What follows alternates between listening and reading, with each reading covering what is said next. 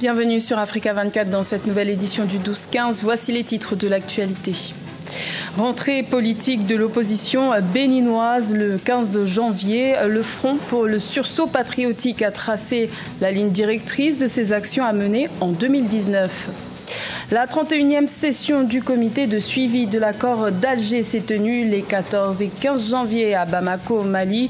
L'occasion d'évaluer l'évolution du programme de désarmement, démobilisation et réinsertion. Et l'agriculture est un secteur clé au Rwanda. Malgré les aléas climatiques, le gouvernement a mis en place la phase pilote d'un programme d'assurance récolte pour dynamiser ce secteur.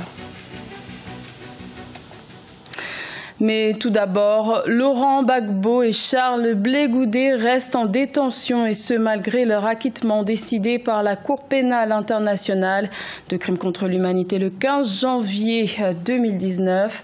La chambre d'appel de la CPI a décidé de suspendre la remise en liberté de l'ancien président ivoirien et de son ancien ministre de la Jeunesse. Cette demande émane de la procureure Fatou Bensouda.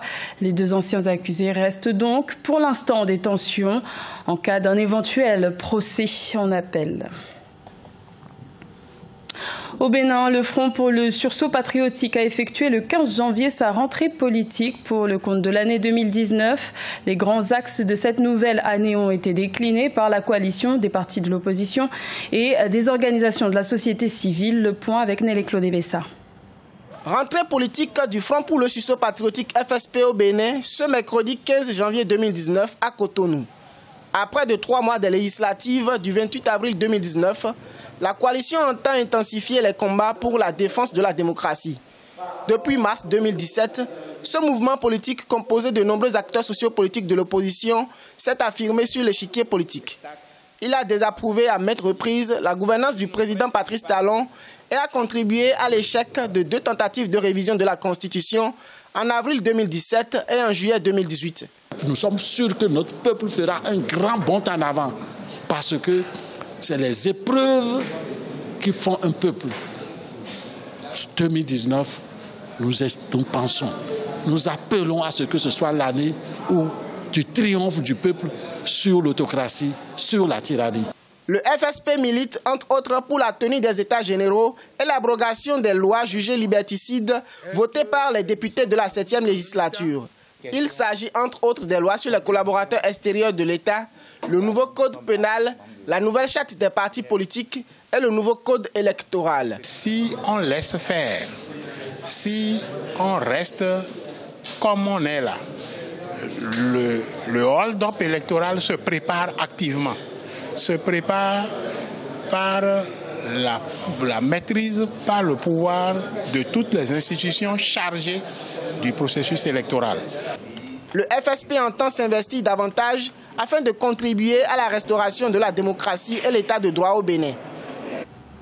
Le Mali poursuit son programme de désarmement, démobilisation et réinsertion. La 31e session du comité de suivi de l'accord d'Alger s'est tenue les 14 et 15 janvier à Bamako, au Mali, pour évaluer l'évolution de la mise en œuvre de l'accord de paix et de réconciliation nationale. Reportage de notre correspondant Mokhtar Bari.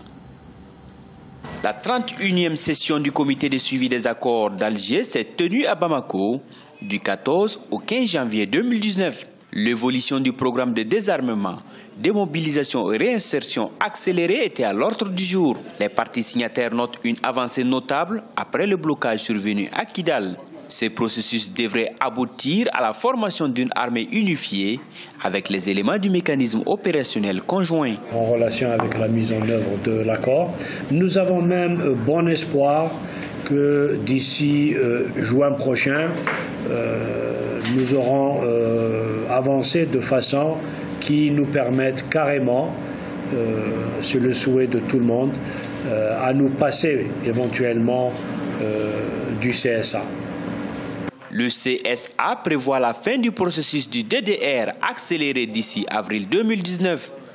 Un autre processus de DDR classique devra suivre. Les groupes armés non signataires, comme c'est le cas des milices du centre, pourront être pris en compte. Le DDR général, le DDR accéléré, le DDR c'est carrément le même DDR On s'est limité aux éléments du MOC pour la simple raison que même si on voulait commencer par tout le monde, en fait, il fallait commencer par un premier élément, un deuxième, un troisième. Pour soutenir également les activités des autorités intérimaires, le gouvernement du Mali prévoit le déblocage de la somme de 2 milliards de francs CFA. La reprise du tourisme est une réalité en Égypte. Depuis 1 an et demi, la demande est croissante. La destination semble revenue au goût du jour, et ce malgré les défis sécuritaires et la prolongation de 3 mois supplémentaires de l'état d'urgence depuis le 15 janvier. Vina Nodin. L'économie égyptienne se porte bien, en grande partie grâce au secteur touristique qui représente environ 12% du PIB du pays. L'Égypte table sur 14 millions de touristes en 2019 et sur 20 millions de touristes en 2020. Et ce, malgré la persistance des risques liés au terrorisme. Selon l'Organisation mondiale du tourisme, le pays a enregistré le 2e plus haut taux de croissance des arrivées touristiques sur le plan mondial. L'Égypte est parvenue à renouer avec un développement touristique. C'est parce que l'État égyptien est parvenu à crédibiliser ce que l'on appelle le trésor touristique de l'Égypte.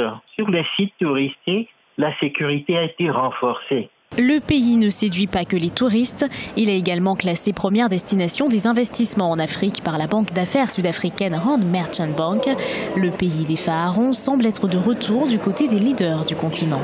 Ce qui, à mon avis, attire en Égypte, c'est peut-être la découverte des gisements de gaz au large de la Méditerranée. Il y a eu des découvertes de gaz, de gisements de gaz qui ont été faits récemment.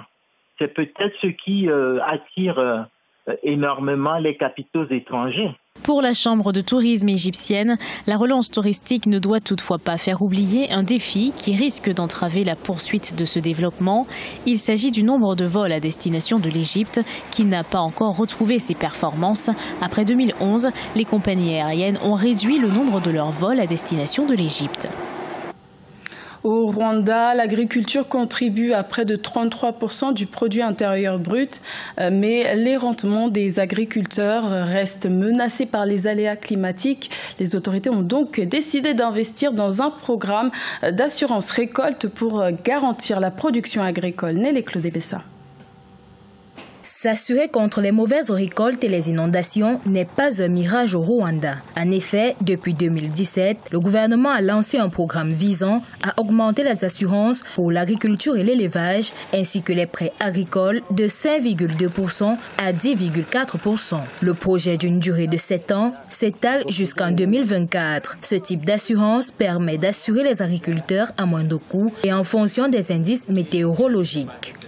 Les changements climatiques, désormais, ne seront pas un grand risque pour les banquiers. Les banquiers vont maintenant faire plus confiance au secteur agricole parce qu'en cas d'influence climatique, en cas de mévente, le secteur agricole serait plus sécurisé et l'assurance de la production va plus mettre les banquiers en confiance. Outre l'aspect mutualisation des risques, l'assurance agricole est déployée au Rwanda comme outil de promotion de techniques culturelles d'adaptation au changement climatique. En 2018, les autorités rwandaises ont mis à l'essai l'assurance pour assurer le maïs, le riz et le bétail. L'assurance agricole va inévitablement booster le secteur agricole au Rwanda du fait que le risque sera désormais couvert et le risque sera désormais partagé. Le secteur agricole va connaître un boom sécuritaire et aussi un boom au niveau des producteurs. Le risque de travail sera partagé par les sociétés d'assurance et ce sera un exemple en matière de production agricole. Rappelons que l'assurance agricole est l'un des piliers de l'initiative AAA qui vise l'adaptation de l'agriculture au changement climatique en Afrique. Un sujet commenté par Nathalie Moe. L'élan de solidarité au Kenya après l'attaque terroriste qui a touché la capitale Nairobi le 15 janvier. La population s'est mobilisée pour venir en aide aux victimes de cet attentat qui a emporté une vingtaine de vies. C'est l'attentat le plus important depuis 5 ans. Un sujet de Michael Dangoswa. Suite à l'attaque terroriste ce mardi 15 janvier 2019 du complexe hôtelier de Dusidé 2 dans la capitale kenyane à Nairobi, la population s'organise. Une chaîne de solidarité s'est formée autour des victimes et des blessés. Un appel de dons de sang a été lancé par les médias, un appel auquel les Kenyans ont massivement répondu. Nous sommes organisés en ce qui concerne la collecte de sang. Nous avons été submergés par le nombre de personnes qui sont venues faire un don de sang. Nous sommes très reconnaissants envers la population kenyane qui a littéralement volé au secours des blessés. Grâce à cette action de solidarité de la population, l'équipe médicale a pu s'occuper des victimes. Le gouvernement mais également le peuple kényan qui a montré leur détermination face à cette attaque meurtrière perpétrée par le groupe radical Shebab. Je pense que cette solidarité nous a rapprochés de la population. Nous essayons de sauver des patients chaque jour, mais des personnes armées viennent attaquer la population et ôtent la vie aux gens. Et personnellement, c'est très difficile pour moi. Ce nouvel attentat dans la capitale kenyane fait état de 21 victimes et de 28 blessés. Selon les sources de la police, 19 personnes sont portées disparues. Ce journal a été réalisé par l'ensemble de la rédaction. Merci de votre fidélité. L'information continue sur Africa 24.